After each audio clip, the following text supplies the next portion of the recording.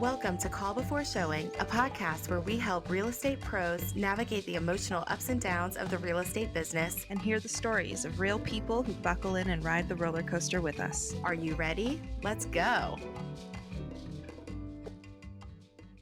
Hey guys, it's Alex. Welcome back to the podcast. Allison and I are so excited to bring to you part 2 of our conversation with Kyle Crawford. So sit back, listen, and enjoy. You still actively sell? Yeah, so I still actively sell. Definitely with my broker responsibilities, I don't do it full time anymore. So generally my whole thing is my SOI, my sphere of influence. They're the ones I go after, so I don't market myself anymore. How do you balance that? And is there any feeling that you ever get that the people that you are supervising are your competition? No, and the way I look at it is because I'm only going after my SOI. To me, I mean, I've had friends that have used other agents before, but generally all my kind of marketing is the magazines I send them. It's the holiday cards. Now that I'm brokering, I do very little online marketing anymore where I'm marketing, socially through Facebook and Google.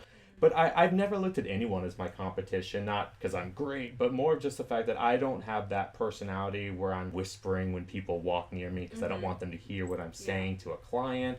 To me, there's so many deals out there and there's so many agents, and it's just one of those things that's just very like, hey, there's enough out there. The only competition I ever have is when I go to a listing appointment and they told me there's 2 other agents. And even at that point, I'm like, well, I hope I do a better job than them, but I'm not on the internet searching for them and hunting them down and trying to send the client all this negative feedback about them. So I've never looked at it that way. That's really good. I think I told you that the last supervising broker I had didn't want to advise me because she said that I was her competition. And I think in that case, when you're the broker, there's a priority here that you have a responsibility to your agents to actually provide them everything they need. So I think for a broker that sits there and starts creating these roadblocks for the agents to say, well, I can't advise you on that because then you're not a broker. You're not representing your agents the way you're supposed to. You're not actually supervising them. You've now created a conflict of interest, and that's one of those things that definitely not appropriate. But you have to walk a fine line. But like I said, if you're that kind of broker or agent that's always looking at everyone like a competition and the world's out to get you, it's probably not a good idea that you're managing other people. You're looking at yourself and what you need to focus on, and it's not a good environment for anyone. Being that you supervise 120 agents, do you feel like you have a good work-life balance? I think it's gotten much better recently, and the company's great. Even when I started, they talked about, you have to set up your boundaries. Agents have to know. And that's where we kind of go back into agents and, are they like dealing with, like you said, children and working at Abercrombie, younger kids, is sometimes you have to actually step up and say, hey, you can't call me after 9 p.m. unless it's an emergency. You really do have to.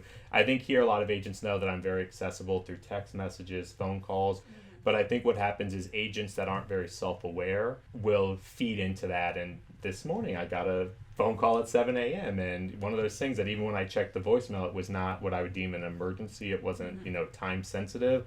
And I think that that's where you get into this thing of, you have to set up your own balance and you have to be with a company that allows you to do that. So it's more of a personal thing for me that I've been much better about. Hey, leave me a voicemail so I can prioritize it and then I can get back to you when it's the priority there. But generally, being a millennial and I'm always on my phone, I get to things very quickly. But when I first took on the major amount of agents for McLean, it was a lot. Those first 3 months here were a lot to take on because there was so much coming at you at once.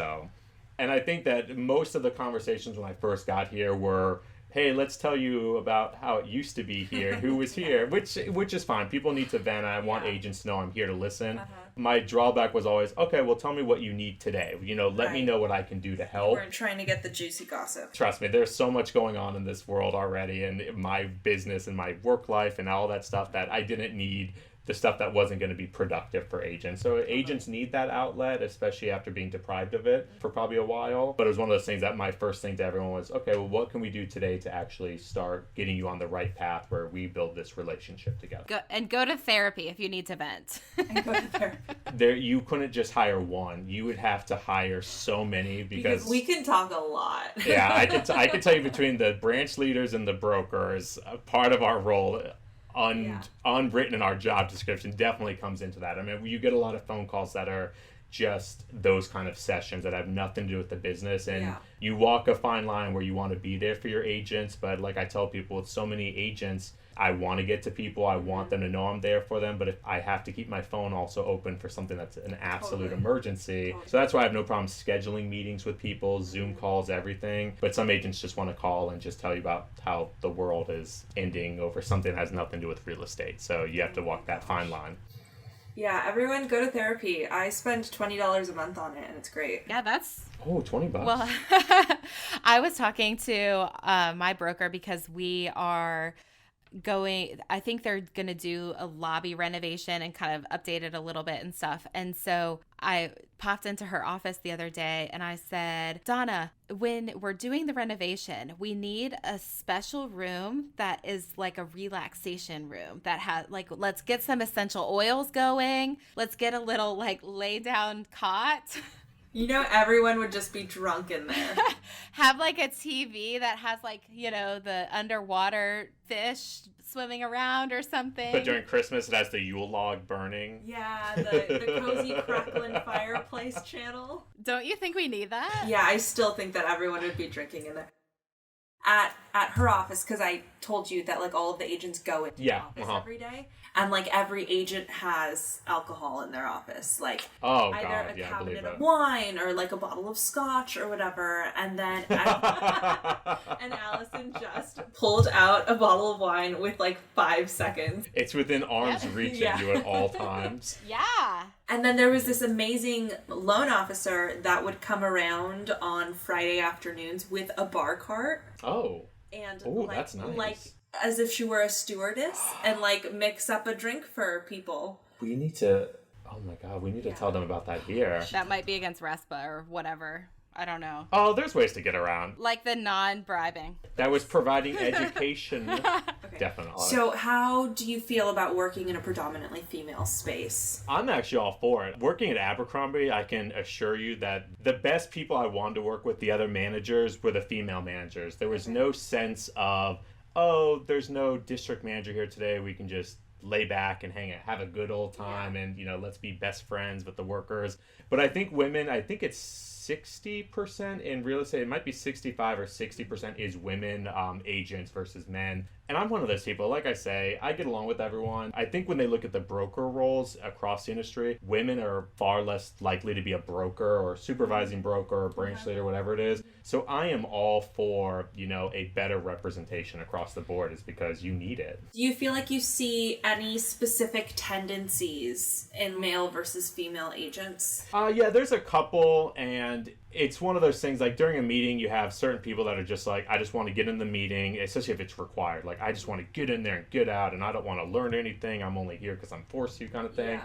And then you just have other people that are more using it kind of like a social, you know, I want to be around agents, I want to learn from each other kind of environment. And I think that that is a challenge in real estate, is how do you get a group of men, women, you know, from all different backgrounds of everything into these meetings to learn from each other? Because I think that that's the best thing, is you have to learn from each other. You have to get into the offices, even with the whole virtual offices. Yeah. You need to be around different people and learn from them, no matter what the sex of them is or anything like that, because someone is always going to have a better idea than you do, and you need to be able to take those ideas and run with them. Because like I said, I can't go into a room and pick up a client, but I know a ton of outgoing agents right now. You throw them into a restaurant, they can walk out with a client right away. And I want to be around people. And there's one female agent I can think of that I used to work with, and that was her. She loved it. It was natural to her. And I always thought, hey, I wish I could do that, but I definitely want to learn kind of her techniques for that kind of thing to see if I could ever do it. I'm way more like you in that sense, and Allison is way more the person that can walk into a restaurant and walk out with the client. Yeah. See, but this is why I end up with a lot of crazy clients. Can I fire you? No,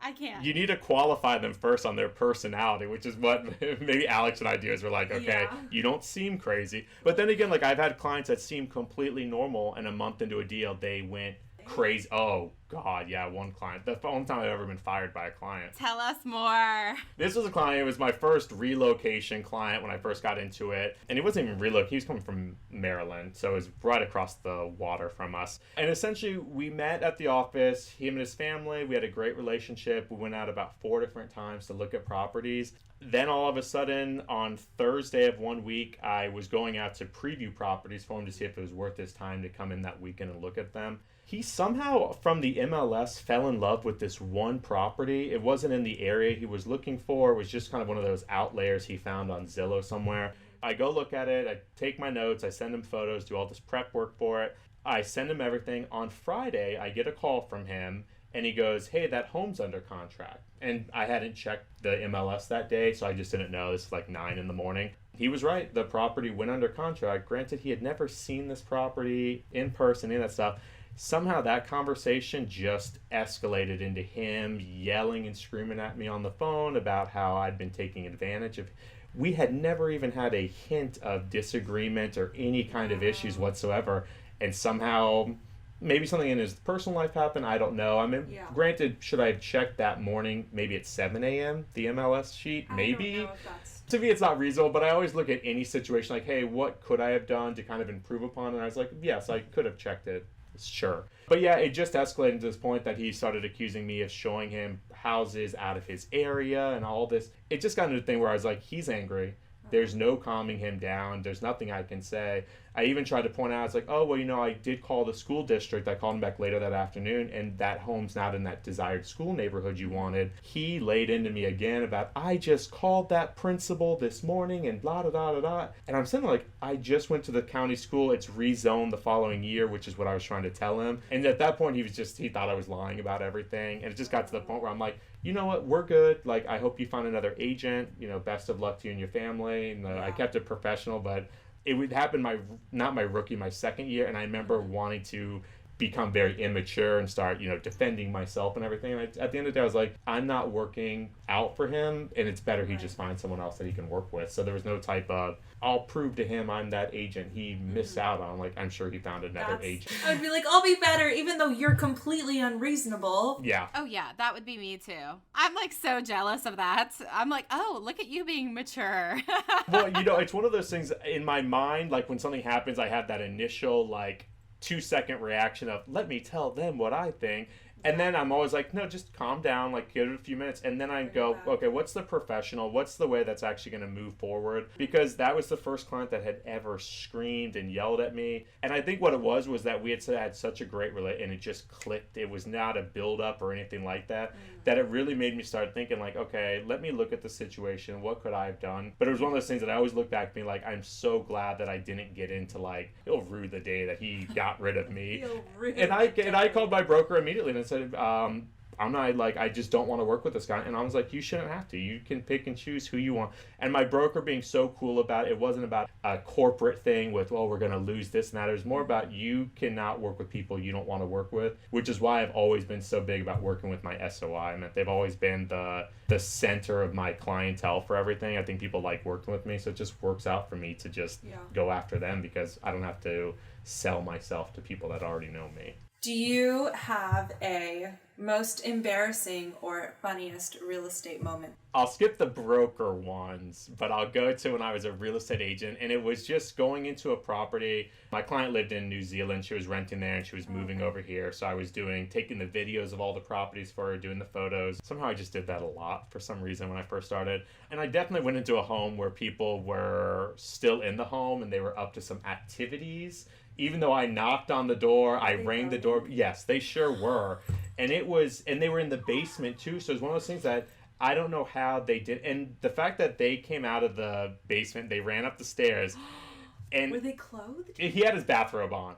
But you could definitely tell he was breathing heavy, disheveled, and I'm sitting there taking photos of the house.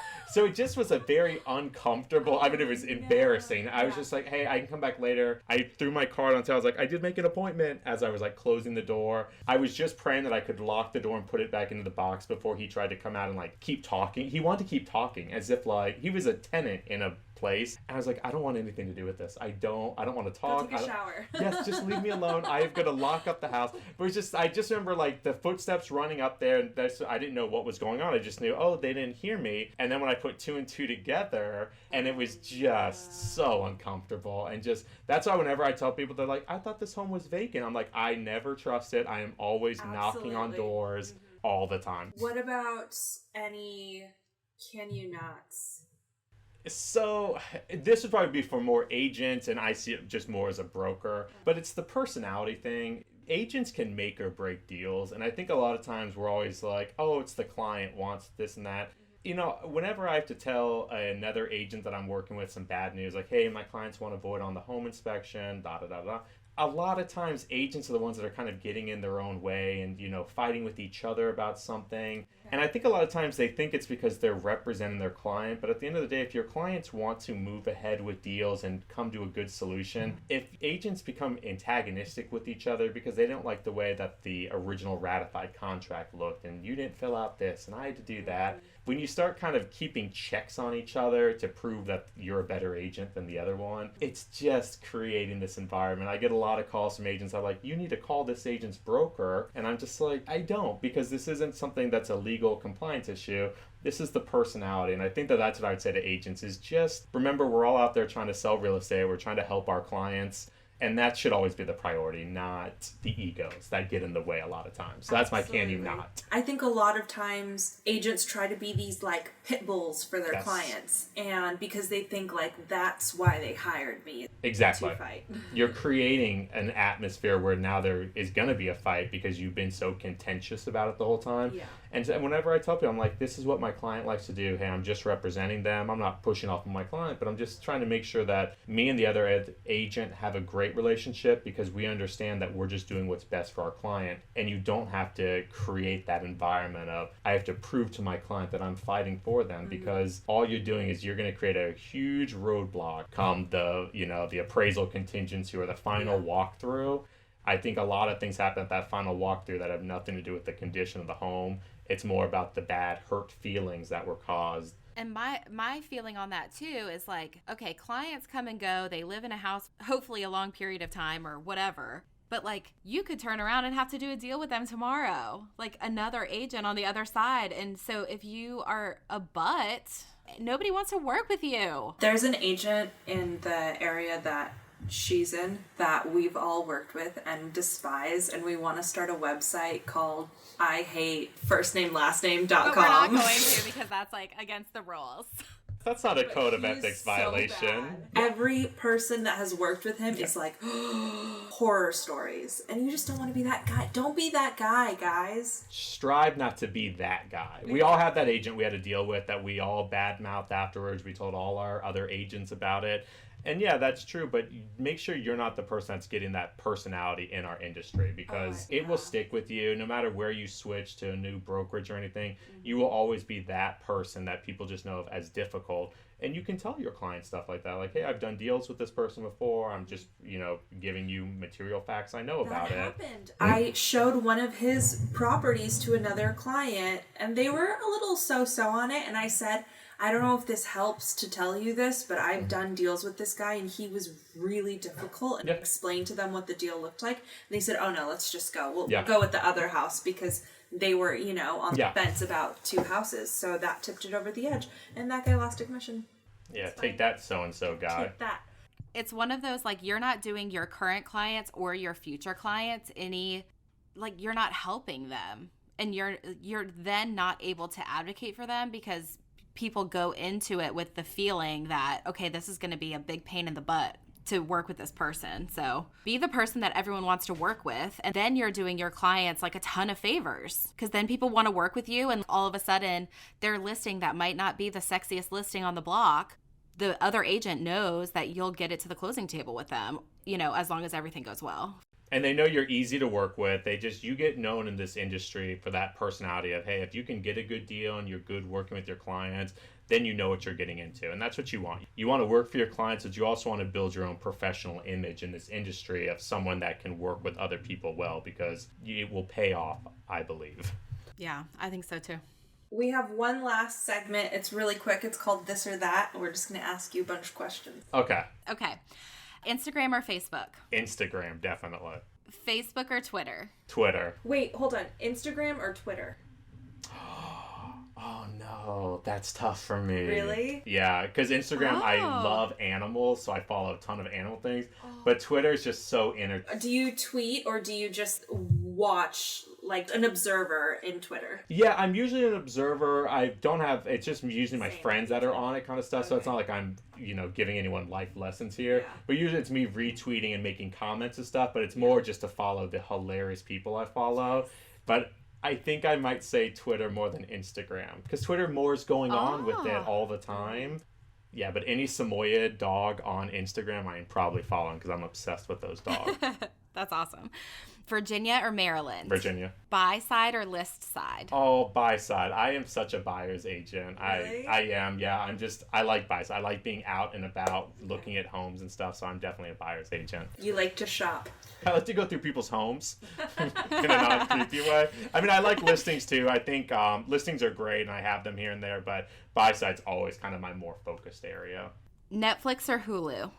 Oh, I would have said Netflix, like, automatically a while ago, but Hulu's so on top of things now, but I will still say Netflix. Beer or liquor? Liquor. What's your liquor drink? Vodka. I drink vodka Diet Cokes everywhere I go. It's just such an easy, simple drink. Yeah. The only vodka I won't drink is Aristocrat, and this is a PSA for everyone. Please do not drink Aristocrat. Is it in a plastic bottle? Yes. Okay. But not that I'm a snob at the plastic, but Aristocrat's like what I used to drink when I was very young and didn't have any money to put towards good alcohol. Or self-control. Yeah, or self-control. This kind you would get in like high school where it was like for a giant jug, it was like $7. I mean, it tastes like rubbing alcohol.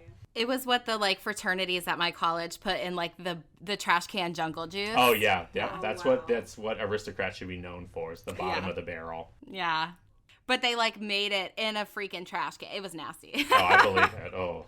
Allison, what's your go-to cocktail? Right now Moscow Mule probably. Okay. It's not bad. I love me a Moscow Mule. What's yours? Yeah.